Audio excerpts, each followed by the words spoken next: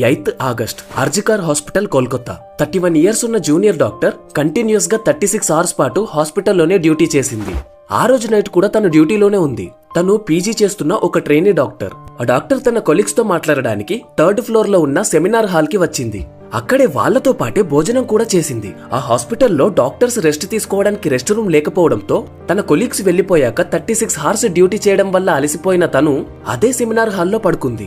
తెల్లవారుజామున ఆ డాక్టర్ వాళ్ళ నాన్నగారికి హాస్పిటల్ నుండి ఒక కాల్ వచ్చింది. ఆ కాల్లో మీ అమ్మాయి హాస్పిటల్లో సూసైడ్ చేసుకుంది అని చెప్పారు.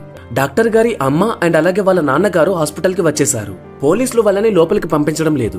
3 గంటలైన తర్వాత అప్పుడు వాళ్ళ నాన్నగారిని లోపలికి పంపించారు.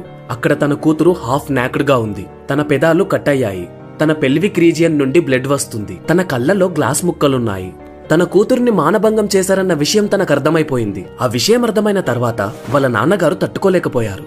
అసలేం జరిగింది, ఎలా జరిగింది, ఇది రేపా లేకపోతే గ్యాంగ్ రేపా? పోలీసులు ఈ కేసుని తప్పుదోవ పట్టిద్దామని ఎందుకు చూస్తున్నారు? ఇవన్నీ ఈ వీడియోలో క్లియర్ గా ఎక్స్ప్లెయిన్ చేస్తాను, చూడండి. So let's get into the video. పోలీసులు ఈ కేసుని ఇన్వెస్టిగేషన్ చేయడం స్టార్ట్ చేశారు. డాక్టర్ చనిపోయిన తర్వాత తన బాడీ ఉన్న ప్లేస్ లోనే ఒక బ్లూటూత్ ఇయర్ బడ్ దొరికింది. సెమినార్ హాల్లో ఎలాంటి సీసీ కెమెరాస్ లేవు. అయితే పోలీస్ వాళ్ళు మెయిన్ డోర్ దగ్గర ఉన్న సీసీ కెమెరా ఫుటేజ్ ని చూస్తున్నారు.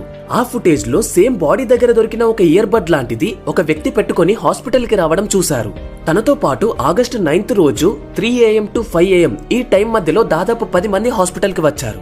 వీళ్ళందరినీ పోలీసులు ఇన్వెస్టిగేషన్ కోసం పిలిపించారు. వాళ్ళందరి ఫోన్స్ తీసుకుని ఈ ప్లేస్ లో దొరికిన ఇయర్ బడ్ ని కనెక్ట్ చేసి చూశారు. ఆ ఇయర్ బడ్ ఒక పర్సన్ ఫోన్ కి కనెక్ట్ అయింది. అతనే సంజయ్ రాయ్. పోలీసులు అతన్ని అదుపులోకి తీసుకుని ఎంక్వైరీ స్టార్ట్ చేశారు. వాళ్ళ ఎంక్వైరీలో తేలింది ఏమిటి అంటే సంజయ్ రాయ్ అనే అతను ఒక సివిక్ అసిస్టెంట్, అంటే ఒక పోలీస్ ఇన్ఫార్మర్. పోలీసులకి ఇన్ఫర్మేషన్ ఇవ్వడాలు, పోలీసులకు హెల్త్ బాగలేకపోతే హాస్పిటల్ కి తీసుకురావడాలు, ఇలాంటి పనులు చేస్తూ ఉంటాడు. అయితే 8th ఆగస్ట్ రోజు నైట్ సంజయ్ రాయ్ ఒక వ్యక్తికి సర్జరీ చేయించడం కోసమని హాస్పిటల్ కి వచ్చాడు. టైం 1 అవుతుంది.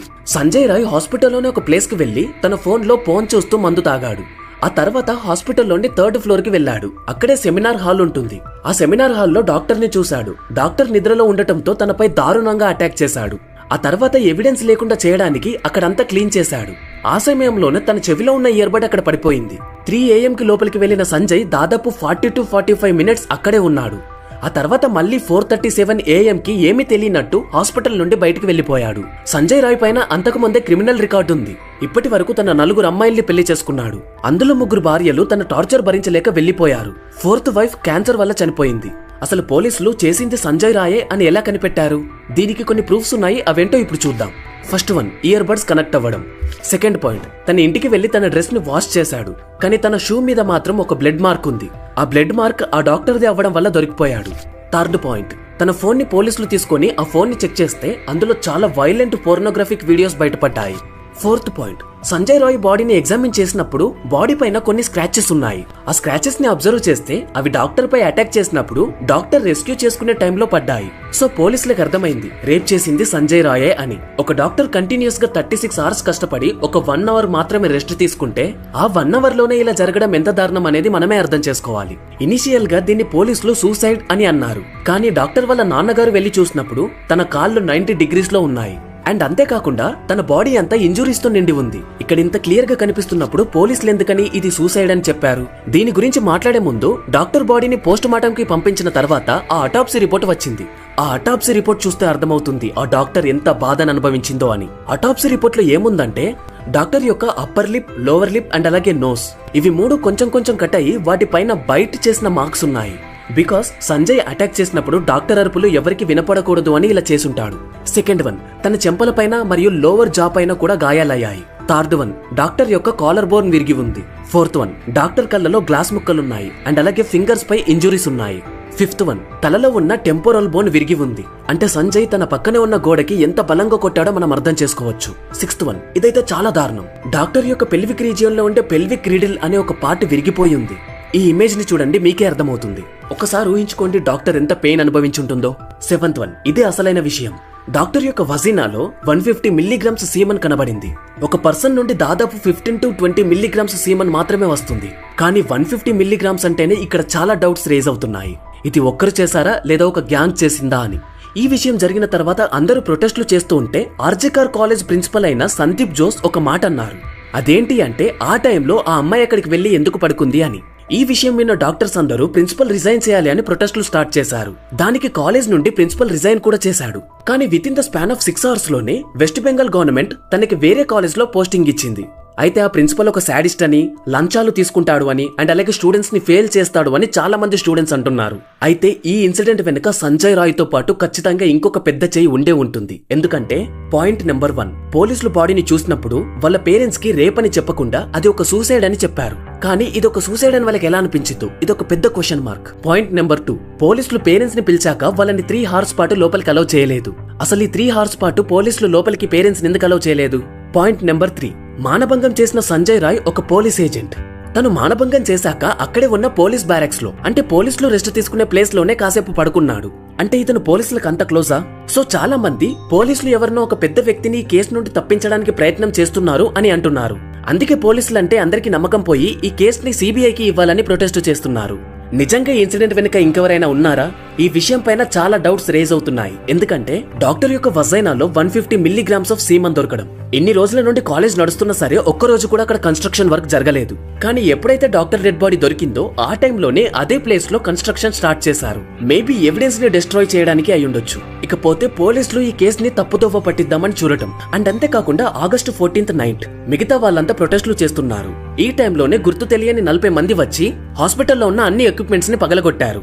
అంతేకాకుండా సెమినార్ హాల్ వరకు వెళ్లారు. ఆ ప్లేస్ లో ప్రొటెక్ట్ చేస్తున్న వాళ్ళపైన అండ్ అలాగే పోలీసుల పైన కూడా అటాక్ చేశారు.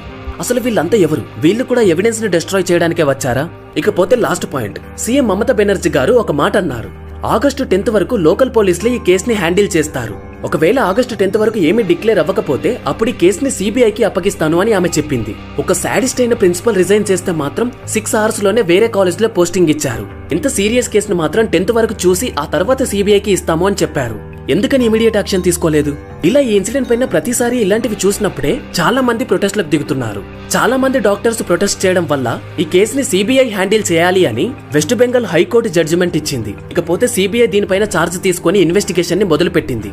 దాంట్లో భాగంగా లోకల్ పోలీసుల దగ్గర ఉన్న అన్ని డాక్యుమెంట్స్ ని సిబిఐ తీసుకుంది. అండ్ అలాగే ఇన్సిడెంట్ జరిగిన ప్లేస్ లోకి కూడా వాళ్ళ ఫోరెన్సిక్ ఆఫీసర్స్ వెళ్లారు. ప్రస్తుతానికి ఈ కేసు ఇంకా సాల్వ్ అవ్వలేదు. ఈ కేసు ఇంకా సిబిఐ వాళ్ళ హ్యాండ్ ఓవర్ లోనే ఉంది. కానీ ఇక్కడే ఇంకొక పాయింట్ రైజ్ అవుతుంది. అదేంటి అంటే సిబిఐ అయినా సరే ఈ కేసుని హ్యాండిల్ చేయగలదా అని.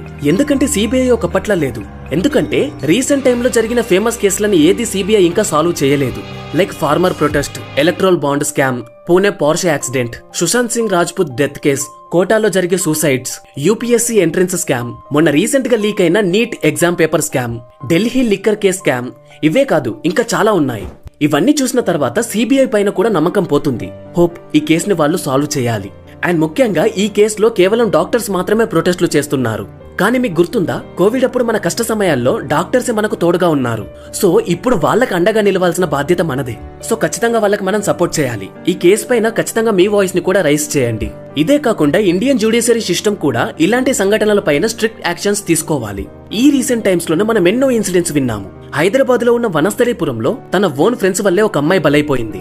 అండ్ అలాగే నంద్యాలలో 3 టీనేజ్ పిల్లలు ఒక 8 సంవత్సరాల అమ్మాయి పైన, ఇంకొక ప్లేస్ లో ఒక 3 years అమ్మాయి పైన, ఒక 9 years మైనర్, అండ్ కొన్ని రోజుల ముందే ఉత్తరాఖండ్ లో ఒక నర్స్ పైన, 22 years అమ్మాయిని తంజావూరులో, ఇలా జస్ట్ 1 month లోనే ఇన్ని ఇన్సిడెంట్ జరిగాయి. ఇవన్నీ జస్ట్ పబ్లిక్ లోకి వచ్చినవే, రానివి ఇంకెన్నున్నాయో ఎవరికి తెలీదు. సో ఇలాంటి ఇన్సిడెంట్స్ ని అరికట్టడానికి గవర్నమెంట్ ఎలాంటి చర్యలు తీసుకోవాలో మీకేమన్నా తెలిస్తే కింద కామెంట్ చేయండి. సో ఇది గైస్ ఇవాళ వీడియో. మీకు గనుక మా వీడియో నచ్చినట్టయితే please do subscribe to the channel. అలాగే వీడియోని లైక్ చేసి షేర్ చేయండి. Thanks for watching.